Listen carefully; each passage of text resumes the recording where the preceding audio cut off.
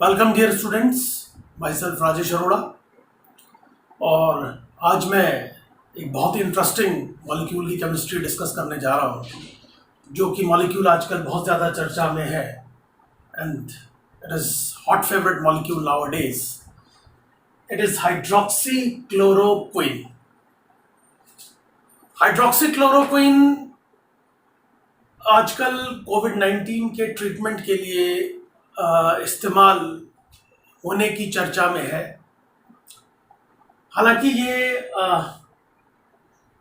एक effective medicine तो नहीं है कोविड-19 के लिए। Traditionally it is used for the treatment of malaria,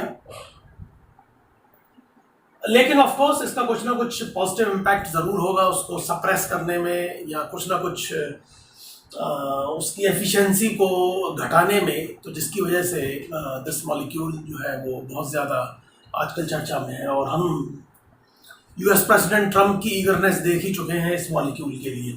even उन्होंने थ्रेट भी दे दी थी। खैर, इंडिया सभी फ्रेंडली नेशंस की हेल्प करता है। खैर, इस मॉलिक्यूल की केमिस्ट्री पर चलते हैं। और एक चीज़ और मेरे दिमाग में है कि ये जो कोविड-19 की वजह सिचुएशन क्रिएट हुई है,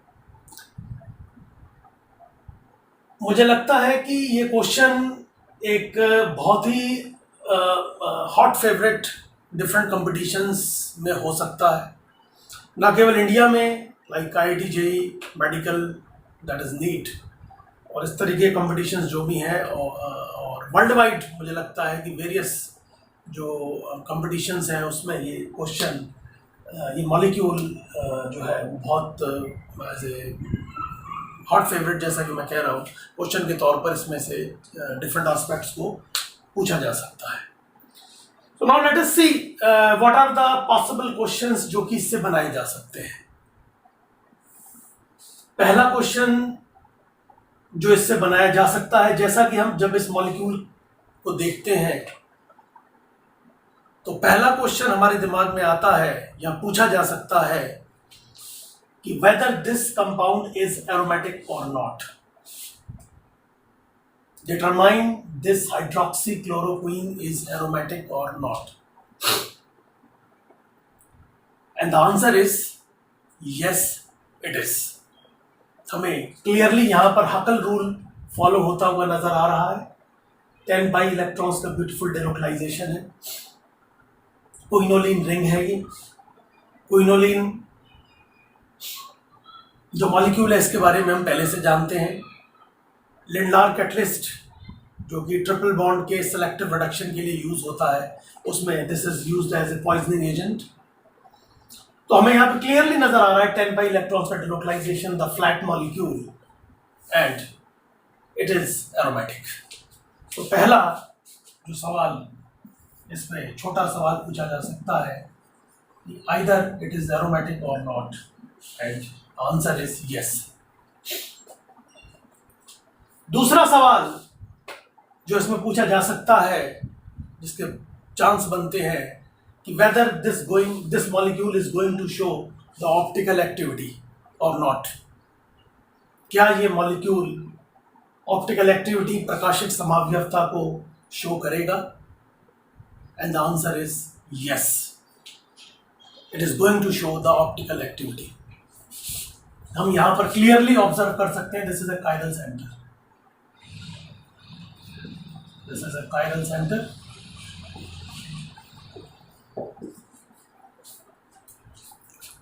और एक कायरल सेंटर है, तो मॉलिक्यूल दोनों R and S फॉर्म में एग्जिस्ट करता है एज ए रेसमिक मिक्सचर।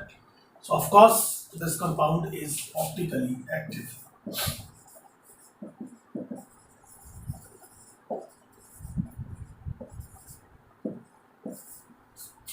तीसरा सवाल जिसके मुझे बहुत ज़्यादा चांस लगते हैं वेरियस कंपटीशंस में जो पूछा जा सकता है, and that is the basicity of the different basic sites involved in this molecule.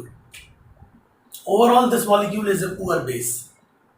वैसे जो आपकी बायोलॉजिकल फिजियोलॉजिकल एक्टिविटीज़ हैं, जो कि जब ये मलेरियल ड्रग की तरह एक्ट करता है, तो वहाँ पर इसकी जो वीक बेसिक प्रॉपर्टी है उससे रिलेटेड चीज़ें वहाँ पे इम्पैक्ट करती हैं।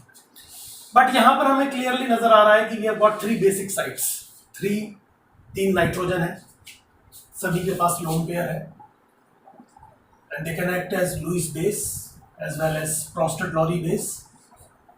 तो लुईस बेस या ब्रोस्टेड लॉरी बेस की तरह एक्ट कर सकते हैं ये।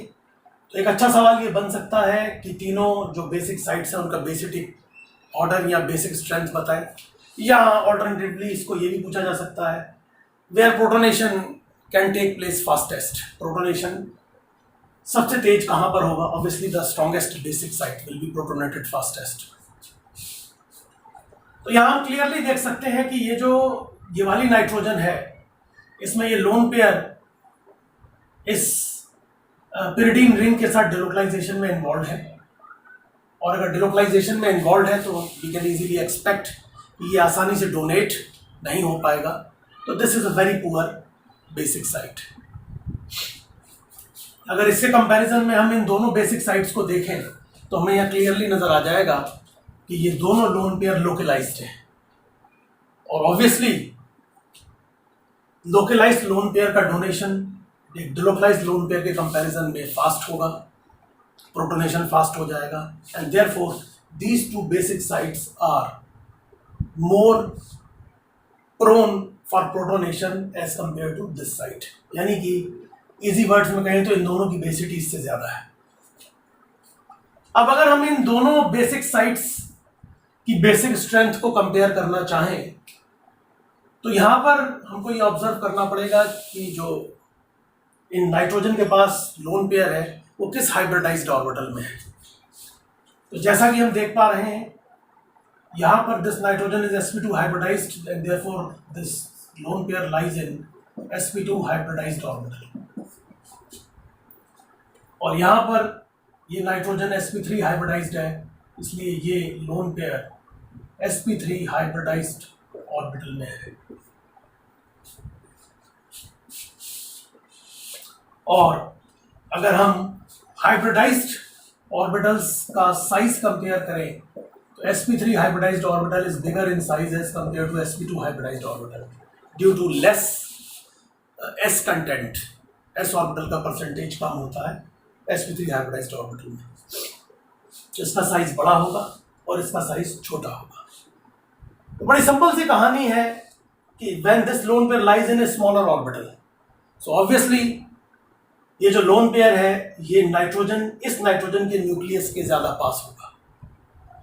पास होगा, तो ऑब्वियसली इसका डोनेशन मुश्किल होगा as compare to the lone pair which lies in bigger hybrid orbital. तो ओवरऑल बेसिटी ऑर्डर अगर देखा जाए तो ये वाला नाइट्रोजन हाईएस्ट बेसिक है, सबसे इजीली लोन पेयर डोनेट कर देगा towards any Lewis acid, most popular being the proton. उसके बाद this localised lone pair which lies in sp2 hybridised orbital, तो सेकंड नंबर पर बेसिक स्ट्रेंथ इस नाइट्रोजन की है, and this is the least basic site, the lone pair involved in delocalisation, not easily available for donation. तो तीसरा सवाल बन जाता है बेसिसिटी ऑर्डर पर, बेसिसिटी और basic strength order of various nitrogen atoms involved। और अगर हम इस मॉलिक्यूल पर ध्यान से देखें कि और कौन से क्वेश्चंस बन सकते हैं, तो एक अच्छा सवाल पहले पॉइंट से ही एराइज होता हुआ नजर आता है। जैसा कि हम जानते हैं कि दिस इज एरोमेटिक मॉलिक्यूल, और कोई भी जो एरोमेटिक मॉलिक्यूल होता है उसकी कैरेक्टरिस्टिक मैकेनिज्म इलेक्ट्रोफिलिक सब्स्टिट्यूशन होती है, एब्रीविएशन फॉर्म में जिसको हम लिखते हैं एरोमेटिक Ac2।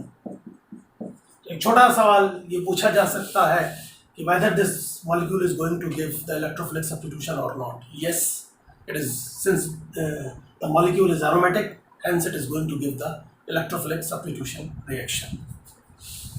दूसरा अच्छा सवाल इसमें ये बन सकता है कि जो एरोमेटिक कंपाउंड के कैरेक्टरिस्टिक रिएक्शंस हैं, like nitration, sulphonation, halogenation, Friedel-craft reactions, इनसे जो इलेक्ट्रोफाइल्स डेवलप होंगे, what is will be the site of electrophilic attack on this aromatic light? And this is a good question, जिसका answer हम बड़ी आसानी से निकाल सकते हैं अगर हम डिफरेंट जो साइट्स हैं जहाँ पर इलेक्ट्रोफाइल अटैक कर सकता है, उसके इलेक्ट्रोफिलिक अटैक करवाने के बाद मैकेनिक्स के स्लो स्टेप में बनने वाले इंटरमीडिएट की स्टेबिलिटी को अगर हम देखें, the more stable is the Wheland intermediate or sigma complex, accordingly will be the site of electrophilic attack.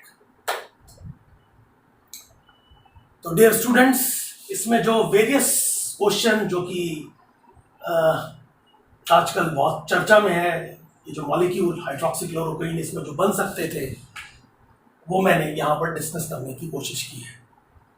अगर आपको वीडियो पसंद आया है तो लाइक करिए, सब्सक्राइब करिए और शेयर करिए, और ताकि मैं इस तरीके के और वीडियो आपके सामने ला सकूं। Thank you.